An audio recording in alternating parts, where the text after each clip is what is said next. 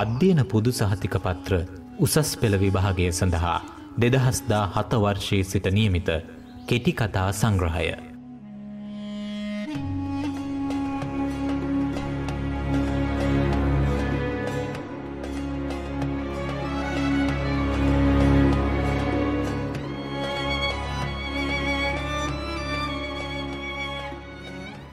අද කෙටි කතාව කීර්ති වැලිසරගේ විසින් රචිත නිදහස් උදෑසන කෙටි කතාව.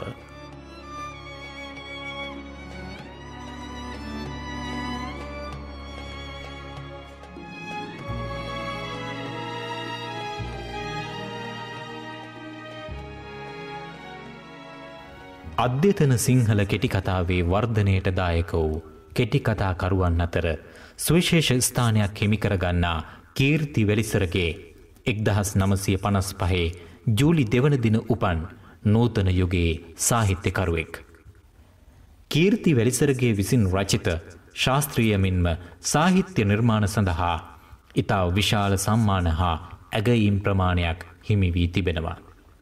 මේ අතුරින් උපාලි සාහිත්‍ය සම්මානය හිමි වූ ද්‍රෝහියෙකුගේ අභ්‍යන්තර ලෝකය, ගොඩගේ ජාතික සාහිත්‍ය සම්මාන ලැබූ අත්මිඳුම මෙන්ම ස්වර්ණ පද්ම සම්මානය හා රාජ්‍ය සාහිත්‍ය සම්මාන ලැබූ දඬුලේනා සහ තවත් කතා යන කෘතීන් විශේෂ වනවා. මීට අමතරව 1994 දී රචිත ගස් කට්ටිය, 1997 දී සීතල අත්, 2002 දී රචිත අනියම් සහ වෙනත් කතා, 2008 දී දෝනාවක් ඔස්සේ වැනි ග්‍රන්ථ කීර්ති වැලිසරයන් විසින් සංග්‍රහ කරන ලද කෙටි කතාවලින් සමහරක්. මෙහි ඉදිරිපත් කරන නිදහස් උදෑසන නම් කෙටි කතාව එතුමන් විසින් 1996 දී රචනා කොට ස්වාධීන සාහිත්‍ය සම්මාන ලැබූ කළු කහවණු නම් කෙටි කතා සංග්‍රහයෙන් උපුටා ගැනුණක්.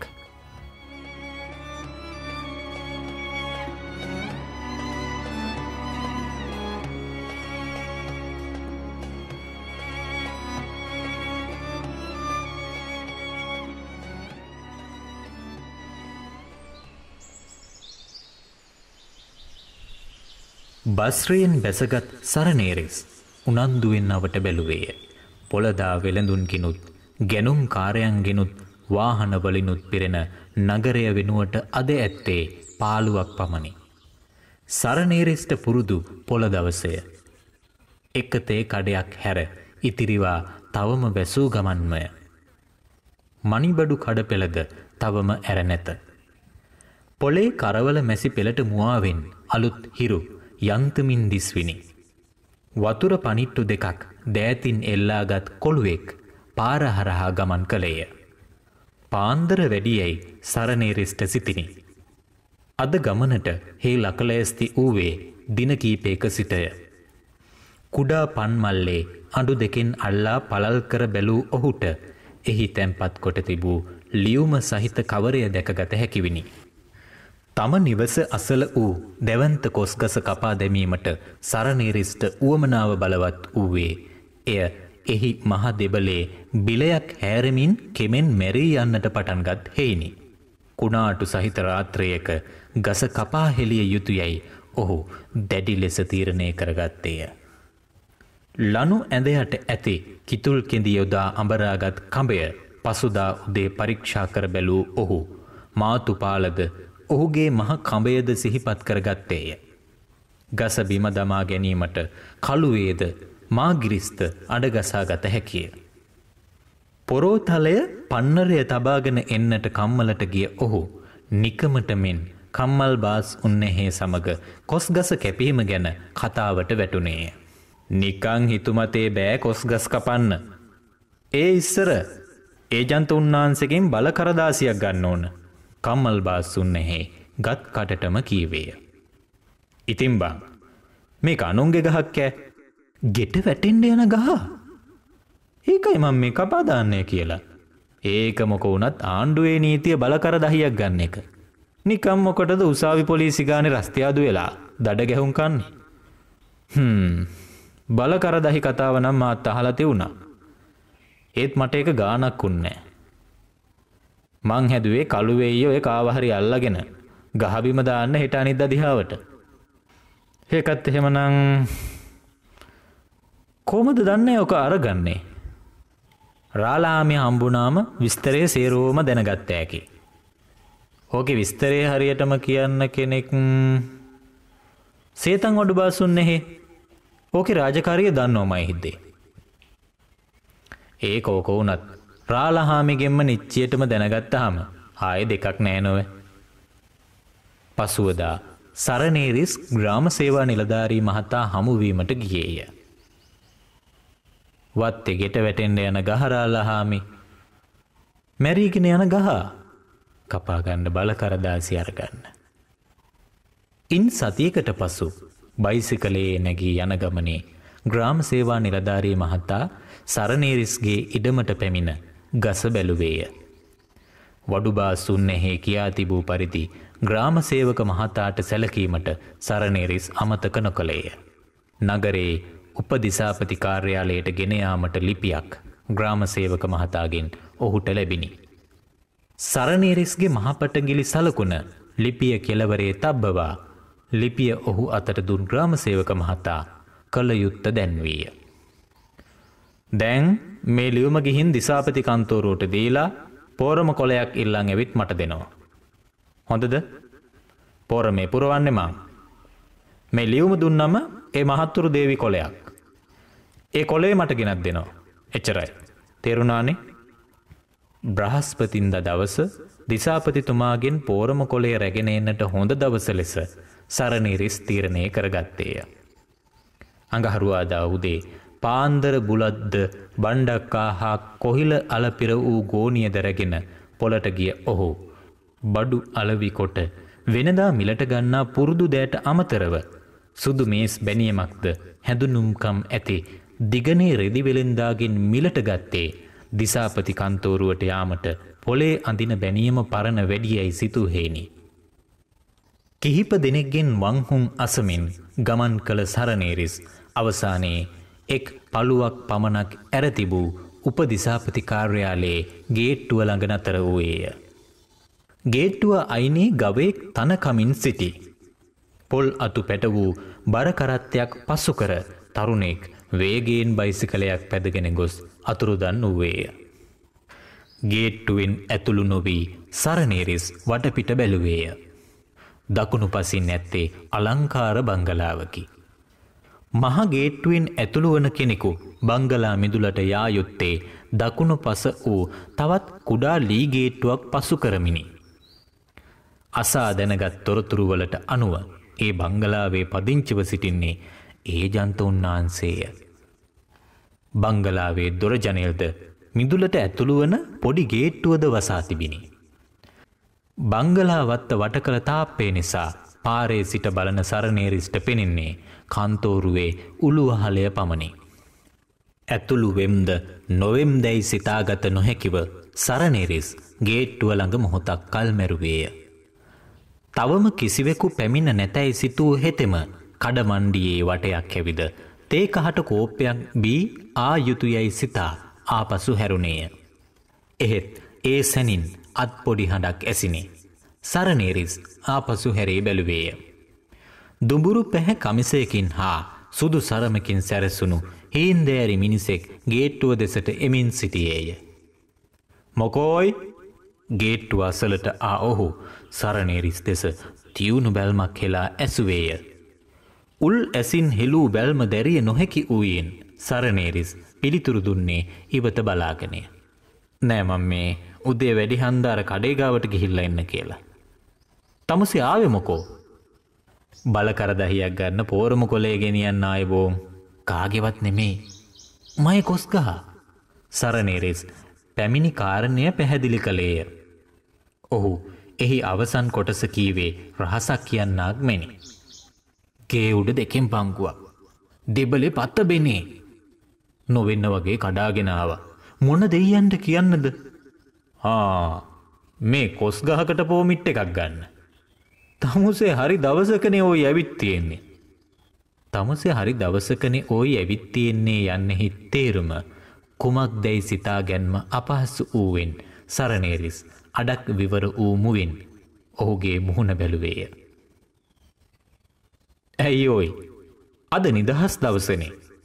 අන්දමන්දව සිටි සරණේරිස්ට ඔහුගේ මුවින් වැල නොකිඩී ගලා ආ වචන ටික තේරුම් ගත නොහැකිවිනි. මොන? ඇයි අද පෙබරවාරි 4 වෙනිදානේ නිදහස් දවස. දන්නේ නැද්ද තමුසේ? අද ආණ්ඩුවේ නිවාඩු. කොළඹ මහා ජයට උත්සව. අද මේ කන්තෝරු ඔක්කොම වහලා මහතුරු සේරෝම කොළඹ. තමුසේ ආපු දවසම දැ. තමුසේ කොහෙ කිව්වා යන්න ගියේ? බලාපොරොත්තු සුන් වූ සරණේරිස්ගේ මුහුණේ පෙනුම දුක් මුසු විය. නිදහස් දවස පෙබරවාරි 4 වෙනිදා ආණ්ඩුවේ නිවාඩු.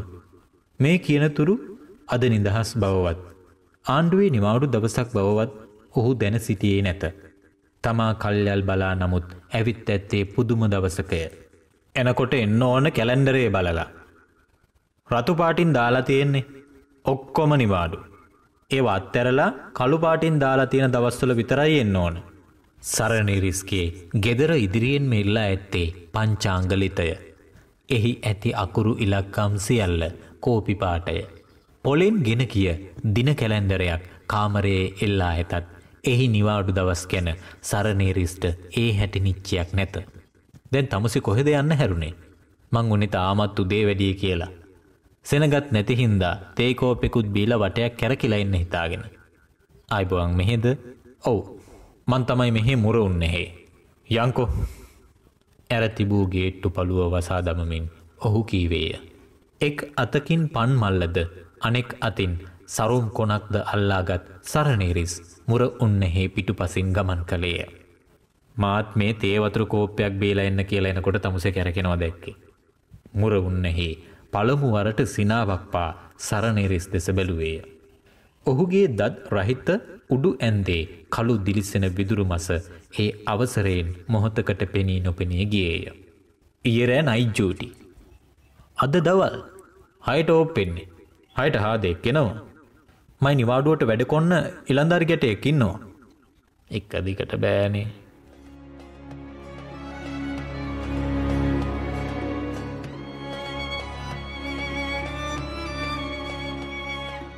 අධ්‍යයන පොදු සහතික පත්‍ර උසස් පෙළ කෙටි කතා සංග්‍රහය කීර්ති වෙලිසරගේ විසින් රචිත නිදහස් උදෑසන කෙටි කතාව.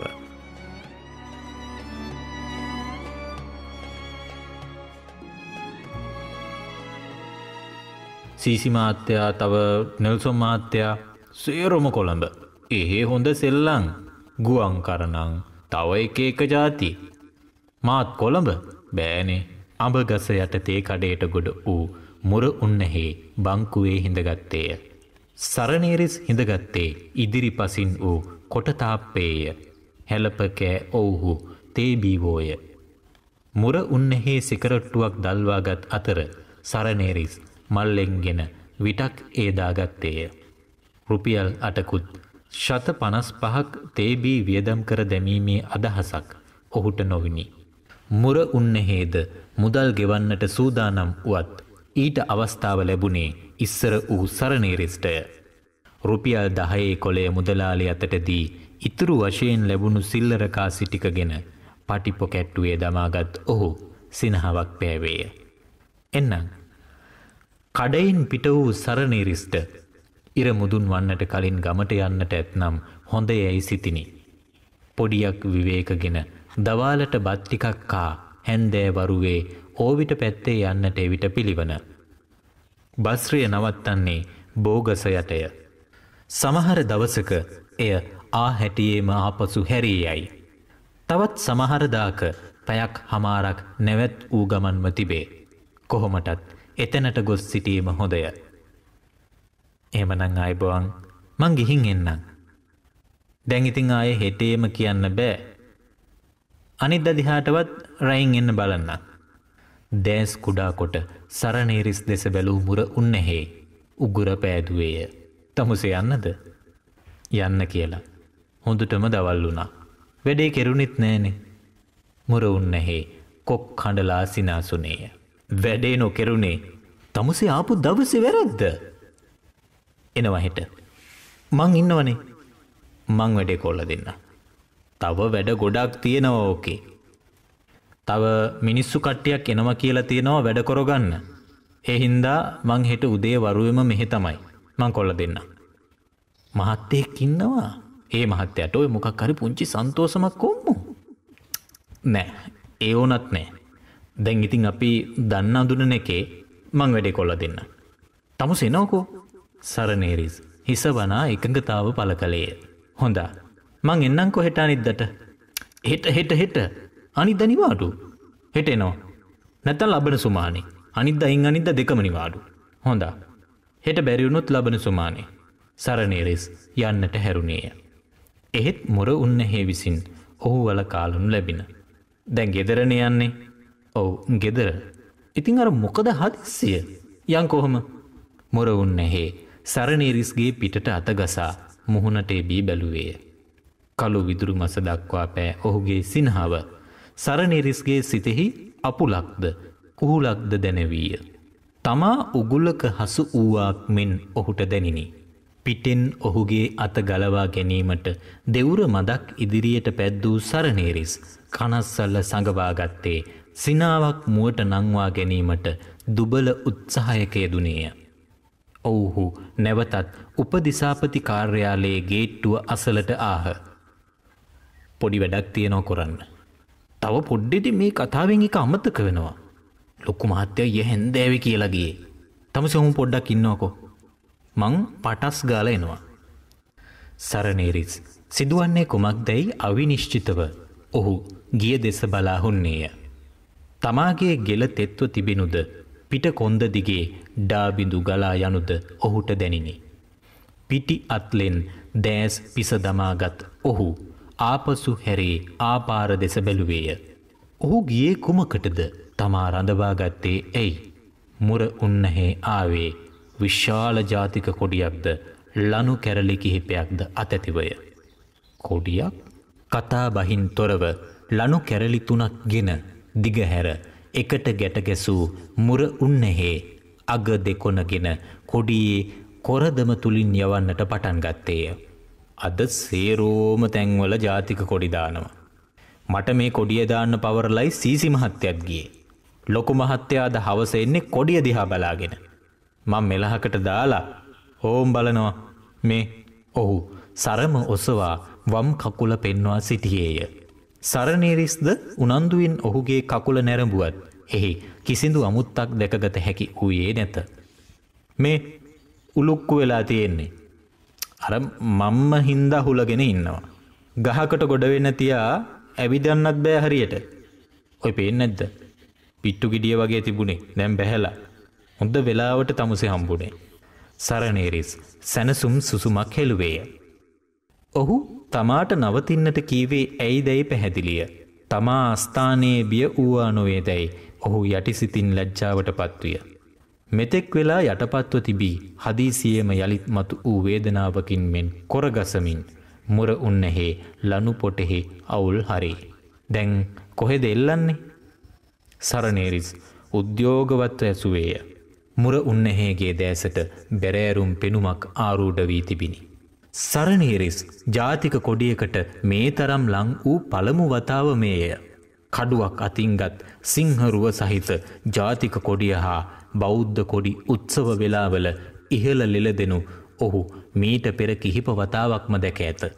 සරනේරිස් තම අතෙහි ගෑවෙන ජාතික කොඩිය ඇඟිලි තුඩින් ස්පර්ශ කොට බැලුවේය.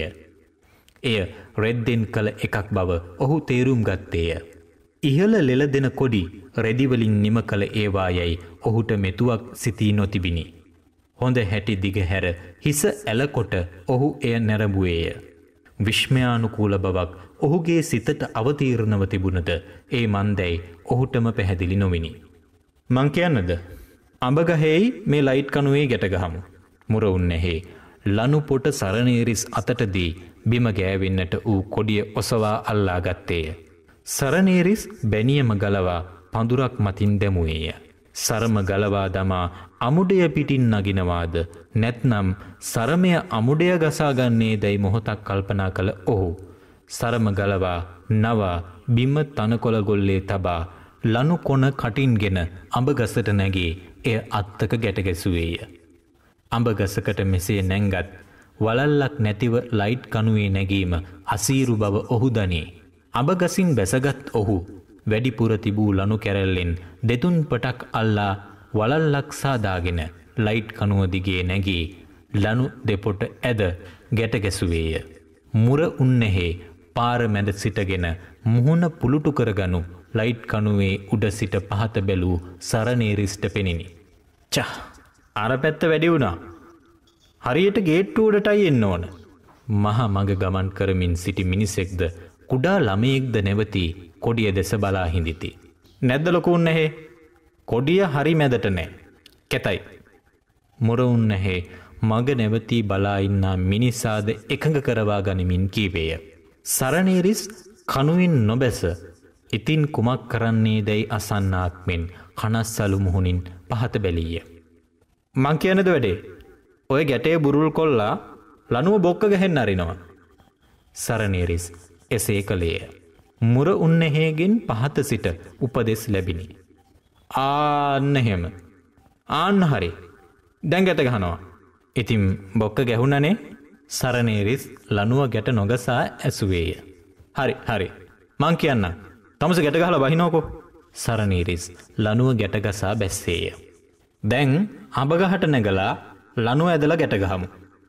වැඩක් තියෙන්න ඕන වැඩක් හැටියට. නැද්ද? එතකොට ගානට ගේට්ටුව උඩ කොඩිය. මං නගිනවා. මගේ කකුල එක්ක බෑ. සරණේරිස් කතාවක් නැතිව වලල්ල දෙකකුලෙන් පන්නාදා අඹ ගස මුලට ගියේය. අතු සහිත බැවින් එහි නැගීමේ අපහසුවක් නැත. ඔහු මොහොතකින් අඹ අත්තට නැගී කලින් ගැට ගැසූ ලනු දෙපොට ලිහා ඇද යළිත් ගැටකසා බැඳගත්තේය. ආන්න දැක්කද? දැන් ගානට ආවා. මං කිව්වේ. දහඩිය නැගී කුණු රුඩු ඇලුණු ඇඟපත පිස්සදා ගනිමින් සරණේරිස්ද පාර මැදට ගොස් ගේට්ටුව ඉහලින් එල්ලෙන ජාතික කොඩිය දෙස බැලුවේය. රන්වන් හිරු එළිය වැටුණු කොඩියේ රතු සහ කහ පැහැයෙන් දීප්තිමත්ව බැබලෙමින් තිබිනි. අපූරුවට තියෙනවා. නැද්ද? මුර උන්නැහේ ඇසුවේය. පංකාදුයි සරමත් බැනියමත් ඇඳගත් සරණේරිස් මල්ල අතට ගත්තේය. මල්ලේ අඩු දෙකින් අල්ලා පළල් කර බැලූ විට ලියුම සුරක්ෂිතව තිබෙනු දැකගත හැකිවිනි. කොඩිය වෙත නැවතත් ඔහුගේ ඇස යොමුවිනි. එය සුළඟේ රිත්මයට ලෙල දෙමින් තිබිනි. කොහොමටත් අගේට වැටුණා. එහෙනම් ආයිබෝන් මං ගිහින් එන්නම්. ඉතිරි ලනු කැරැල්ලේ ගැටලිහා අතේ ඔතා ගනිමින් හුන් මුර උන්නැහේ කළු විදුරු මස දක්වා ඔහුගේ පුරුදු සිනාව පෑවේය. හෙට උදේ එනවා. නැත ලබන සුමානේ. මං පේන්න නොහිටියොත් අහනවා සෝමසිරි මුර උන්නැහේ කොහෙද කියලා. ඕන කෙනෙක් කියයි. හොඳා. මං ගිහින් එන්නම්. රයිට්. ඔය තියෙන කොඩිය මල් පහට. සරණේරිස් බෝගස මුලට ආවේය. එතන බුලත් විට විකුණන්නා ළඟ තරබාරු මිනිසෙක් සිටගෙන සිටියේය. බස් එක ගියාද ආයිබෝන්? තරබාරු තැනැත්තා සරණේරිස්ගේ පහළ සිට ඉහළට බැල්මක් හෙලා මදක් කල්පනා කොට පිළිතුරු දුන්නේ. මේ දැන් ගියා විතරයි. මොන්ද? ඊළඟ බස් එක කීයට තියේද දන්නේ. තමාටම කියාගත් සරණේරිස් පෙරලී තිබූ ගඩොල් කුළුණ උඩින් හිඳගත්තේය.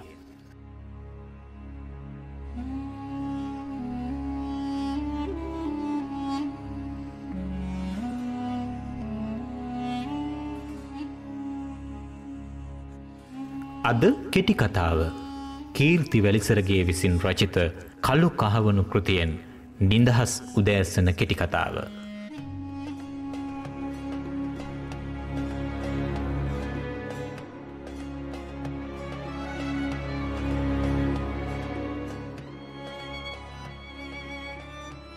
නිෂ්පාදනය සහ හඬ මුසුව සමිත තෙන්නකෝන්ගෙන්